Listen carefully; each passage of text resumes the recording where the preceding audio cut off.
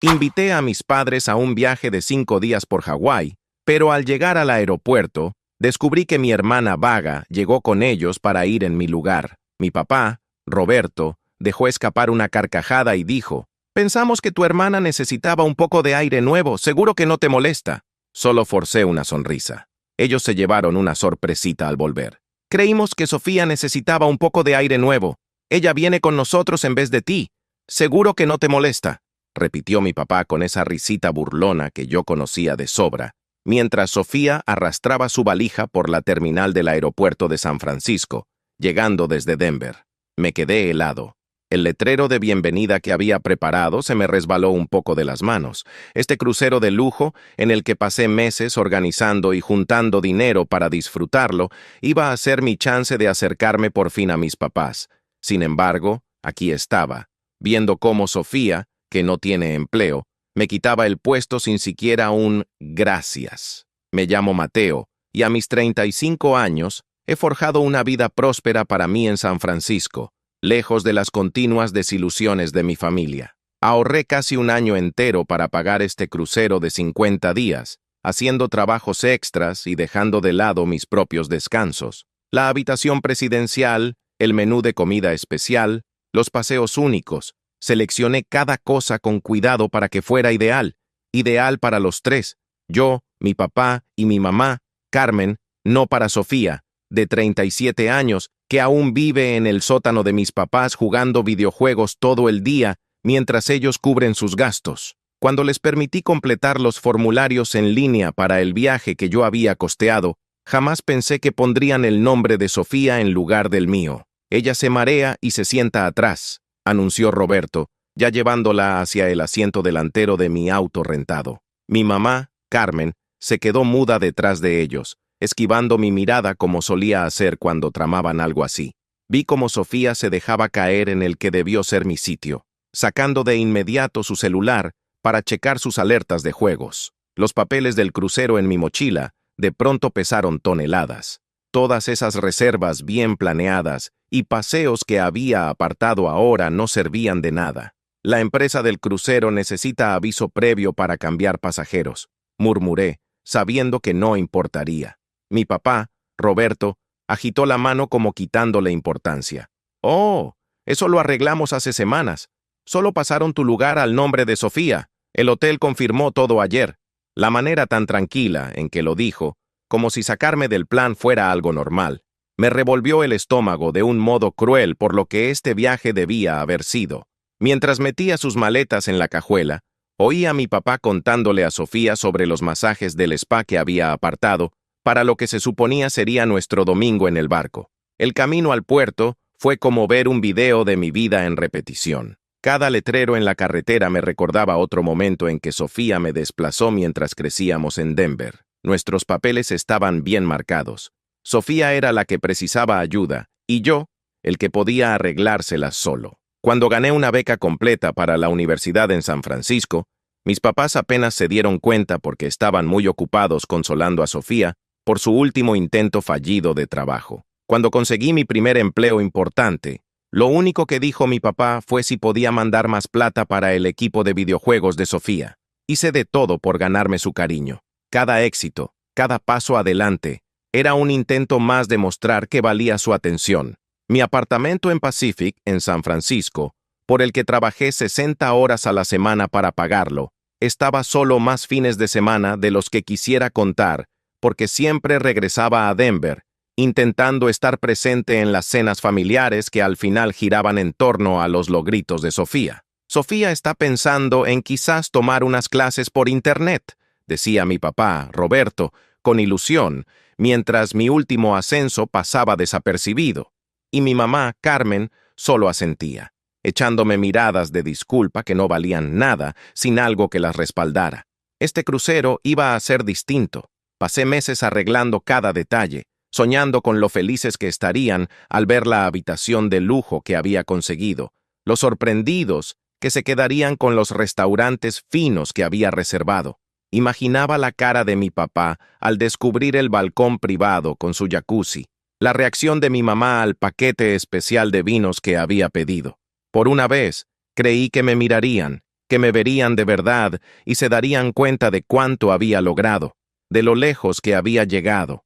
Pero no, aquí estaba, oyendo a Sofía quejarse del aire acondicionado del auto, mientras mi papá me pedía que manejara despacio porque Sofía se marea en los carros. El volante de cuero se me resbalaba bajo las manos sudadas mientras nos acercábamos al puerto. Por el retrovisor vi a Roberto enseñándole fotos de la habitación en su celular, la misma que yo había pagado con horas extras en el trabajo. «Mira esta alberca sin fin», exclamó. «Es justo lo que te hace falta para descansar, pequeña». Apreté el volante más fuerte, preguntándome si notarían las lágrimas que intentaba aguantar. Lo peor no era ni siquiera perder mi lugar en el crucero. Era darme cuenta de que seguro ya habían armado este cambio semanas antes, sin pensar un segundo en cómo me sentiría. El edificio del crucero apareció frente a nosotros, su gran estructura blanca reluciendo bajo el sol de Hawái. Mi papá, Roberto, casi brincaba de emoción mientras sacaba sus maletas, mientras Sofía ni se molestaba en ayudar, demasiado entretenida mandando mensajes a sus amigos de juegos sobre sus vacaciones que venían. Vi cómo un empleado llevaba sus valijas, mientras mi mochila de viaje, bien preparada, seguía sin tocarse en la cajuela. Esa mochila que había llenado con trajes de baño nuevos y sandalias, pensando en cenas a las que nunca iría, recuerdos que no tendría. «Van a tomar muchas fotos, ¿verdad?», me escuché decir, con la voz hueca incluso para mí. Mi papá, ya buscando en su bolsa los pases de abordar, los que al principio tenían mi nombre, contestó sin mirarme. «Oh, claro, te enseñaremos todo cuando estemos de vuelta». Mi mamá, Carmen, al menos pareció incómoda, moviendo el peso de un pie al otro mientras estaba ahí parada. «Gracias por traernos, hijo», susurró antes de que Roberto la llamara para el trámite de entrada. Me quedé inmóvil, viendo cómo pasaban el control de seguridad. Sofía se giró una vez, no para darme las gracias, sino para preguntarme si había metido sus pastillas para el mareo en su maleta de mano, las mismas que yo había guardado para mí, ahora en su bolsa sin que me enterara. Por las ventanas de la terminal vi el enorme crucero, su casco blanco y perfecto alzándose al cielo, el barco que investigué durante meses, leyendo opiniones, revisando planos hasta tarde para escoger el mejor lugar para la habitación. Cuando desaparecieron en la terminal, algo en mí se transformó. Años de dolor guardado, de enojo escondido, de intentar ser el hijo bueno que no reclama, todo se volvió un pensamiento claro. Ya basta. Basta de probar mi valor a gente que nunca lo verá. Basta de pelear con una hermana que ni se esfuerza. Basta de ser el último en mi propia familia. Al subir al auto rentado, tomé una decisión que lo cambiaría todo. Si mi familia quería hacer como si yo no existiera, por fin les daría eso. Silencio total, nada de llamadas, ni mensajes, ni correos. Que disfruten su crucero sería lo último que tendrían de mí. Al alejarme de la terminal, los vi por el retrovisor, riendo y platicando mientras iban a sus vacaciones, mis vacaciones. Pero por primera vez en mi vida, su alegría no me achicó. Al contrario, me dio fuerza, porque sabía algo que ellos no. Esta sería la última vez que me pasarían por encima. La primera llamada de mi papá llegó unas horas después de que salieron. «La habitación es preciosa, hijo. A Sofía le fascina el balcón privado. Tendrías que ver qué tranquila se ve», decía su mensaje, lleno de detalles sobre cuánto disfrutaba Sofía lo que yo había pagado. Lo eliminé sin contestar. La segunda llegó en su primera cena en el restaurante elegante que había apartado meses antes. «La carne de Bayou está buenísima. Sofía dice que es la mejor comida que ha probado nunca». Eliminé. Al tercer día del crucero, los mensajes de mi papá sonaron algo confundidos. «Mateo, ¿por qué no contestas? Te mandamos fotos del día en el spa. El masajista dijo que era perfecto para el dolor de espalda de Sofía por jugar tanto». Mi mamá dejó un mensaje torpe, lleno de pausas raras, como esperando decir un «espero que estés bien». Sofía, como era de esperarse, ni se molestó en llamar. Me la imaginé tirada en el sillón del balcón que yo había elegido, seguro renegando de que el mar hacía mucho ruido mientras jugaba en su celular. Me hundí en el trabajo esa semana, quedándome hasta tarde en la oficina, tomando tareas extras, lo que fuera para no pensar en lo que pasaba en el barco. Pero cada alerta en mi celular, cada mensaje nuevo, me traía más coraje. Las fotos que seguían mandando eran lo peor. Sofía posando frente a la alberca sin fin donde yo quería nadar. Mis papás sonriendo en la cena con velas que había pensado como un momento especial con ellos. Cada foto era como un golpe en el estómago, pero también me hacía más firme. Hijo, ya llegamos a casa, decía el último mensaje de Roberto. Sofía lo pasó increíble. Era justo lo que le hacía falta. Tenemos un montón de cosas que contarte. Llámanos. Miré mi celular, recordando todas las veces que corría a devolverles la llamada, buscando su aprobación. No esta vez. Esta vez, sus llamadas se quedarían sin respuesta, sus mensajes sin abrir. Mientras bloqueaba sus números uno por uno, sentí una mezcla rara de dolor y libertad. El hijo que daban por sentado, el que siempre estaba ahí, el que siempre intentaba agradarles, ya no existía. En su lugar había alguien nuevo, alguien que por fin sabía cuánto valía. 2 semanas después de que volvieron, sus intentos por hablarme se volvieron locos. Mis papás empezaron a llamar a mi oficina, y mi asistente les decía amablemente que no estaba. Mandaron correos, mensajes desde otros números, y hasta contactaron a mis primos en redes sociales. Los mensajes de Roberto se ponían más urgentes. Mateo, esto no es propio de ti. Estamos preocupados. ¿Qué pasa? ¿Por qué haces esto tan complicado? Me enfoqué en rehacer mi vida sin ellos. Ya no había viajes rápidos a Denver los fines de semana, ni charlas largas oyendo los avances de Sofía en sus juegos, ni me forzaba a sonreír en cenas familiares donde me sentía invisible. Arreglé mi apartamento, cambié fotos de la familia por cuadros que me gustaban, me metí a un grupo de caminatas, empecé clases de cocina, llené mis fines de semana libres con cosas que me alegraban. El peso de siempre buscar su cariño empezó a irse, dejándome sentir más ligero que nunca. Sofía está muy triste, decía el último correo de mi papá. Dice que eres egoísta, que echaste a perder las vacaciones familiares tan bonitas que tuvimos. Me reí fuerte con eso, un sonido seco y cortante que retumbó en mi cocina vacía. La cara dura de decirlo era casi admirable. Ellos me quitaron mis vacaciones, me borraron sin dudarlo, y ahora yo era el egoísta. Ese correo cerró todo para mí. Era tan de ellos darle la vuelta para hacer a Sofía la víctima, y a mí el malo por al fin defenderme. Mi mamá, Carmen, probó otro camino, dejando un mensaje que medio aceptaba que algo no estaba bien. Hijo, si esto es por el crucero, pues a lo mejor debimos manejarlo diferente.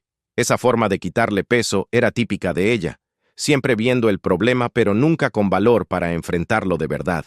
Tarde. Añadí su número nuevo a los bloqueados, sintiendo un pinchazo pero pasándolo.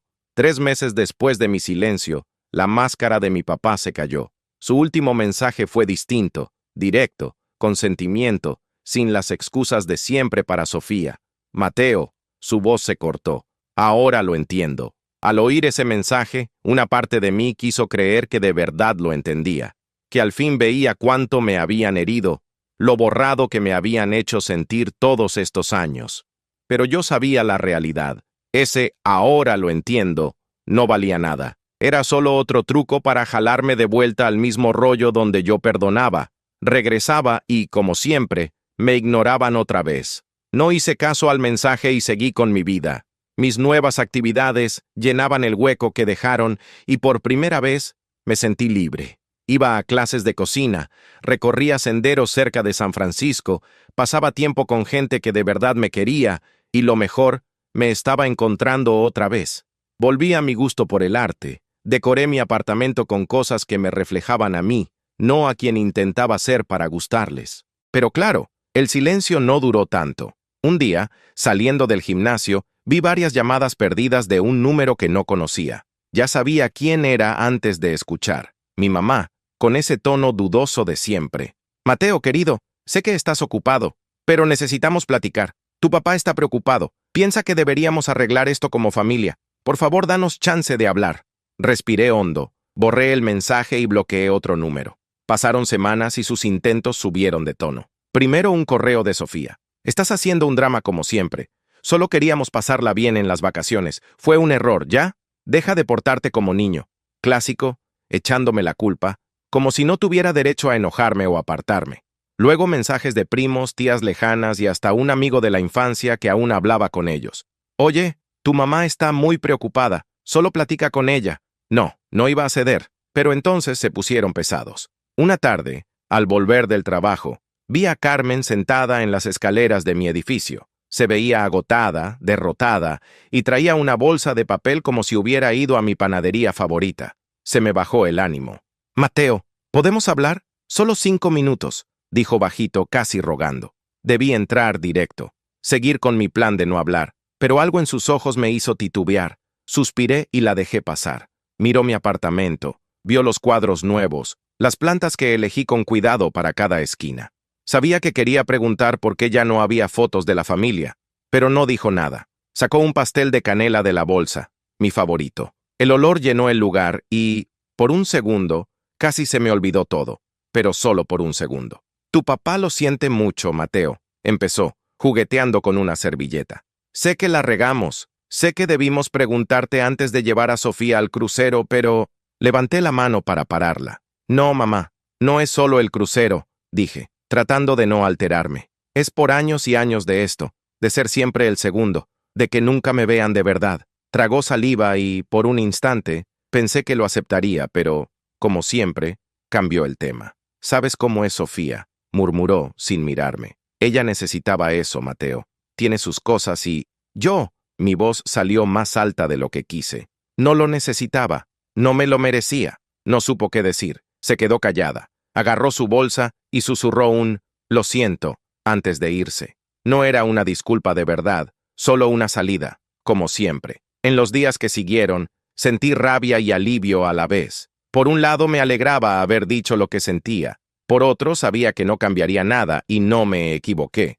Días después me llegó una solicitud de amistad en Facebook. Era Roberto. En su foto de perfil, él y Sofía sonreían frente a un restaurante fino, el mismo que yo había reservado para el crucero. El texto decía: «Nada como una noche en familia». Me dio un vuelco el estómago. No habían cambiado, nunca lo harían. Lo bloqueé al instante. Con el tiempo, los meses pasaron y los mensajes bajaron. Carmen todavía intentaba a veces, siempre con esa voz de culpa, pero yo no contestaba. Sofía siguió como si nada, y Roberto, pues, al final dejó de insistir. Y yo seguí adelante.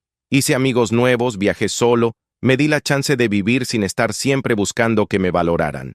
Fue duro, claro. Siempre había una vocecita diciéndome que tal vez debía darles otra oportunidad, pero recordaba todas las veces que me dejaron de lado y el enojo me mantenía firme. Un año después, mientras caminaba por la costa de San Francisco, sonó mi celular. Era un número desconocido, pero algo me dijo que debía contestar. «Mateo, soy tu papá», dijo Roberto, su voz más débil de lo que recordaba. «Solo quería decirte que lo siento». Cerré los ojos y respiré profundo.